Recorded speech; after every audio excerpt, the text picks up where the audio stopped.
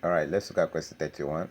It says a sector of a circle of radius 21 centimeter subtends an angle of 120 degree at the center. Find the length of the arc of the sector. Take pi to be 22 over sec. So this is a sector bounded by 2 radii. An arc bounded by 2 radii. So from here, the angle subtended at the center is 120 degrees. The radius is 21 centimeter. This is the arc there. That's the length, our L, length of the arc. Now the formula for the length of the arc L is given by theta over 360 times 2 pi r.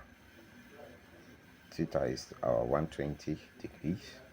So we have L is equal to 120 over 360 times 2 times the ratio that take pi to be 22 over 7 times 22 over 7 times the radius is 21. We put it 21. So 0 cancel 0, 12 here 1, 12 here 3, 3 here 1, 3 in 21, 7, 7 here 1, 7 here 1. So we are left with 2 times 22, which is 2. That's 44 centimeter.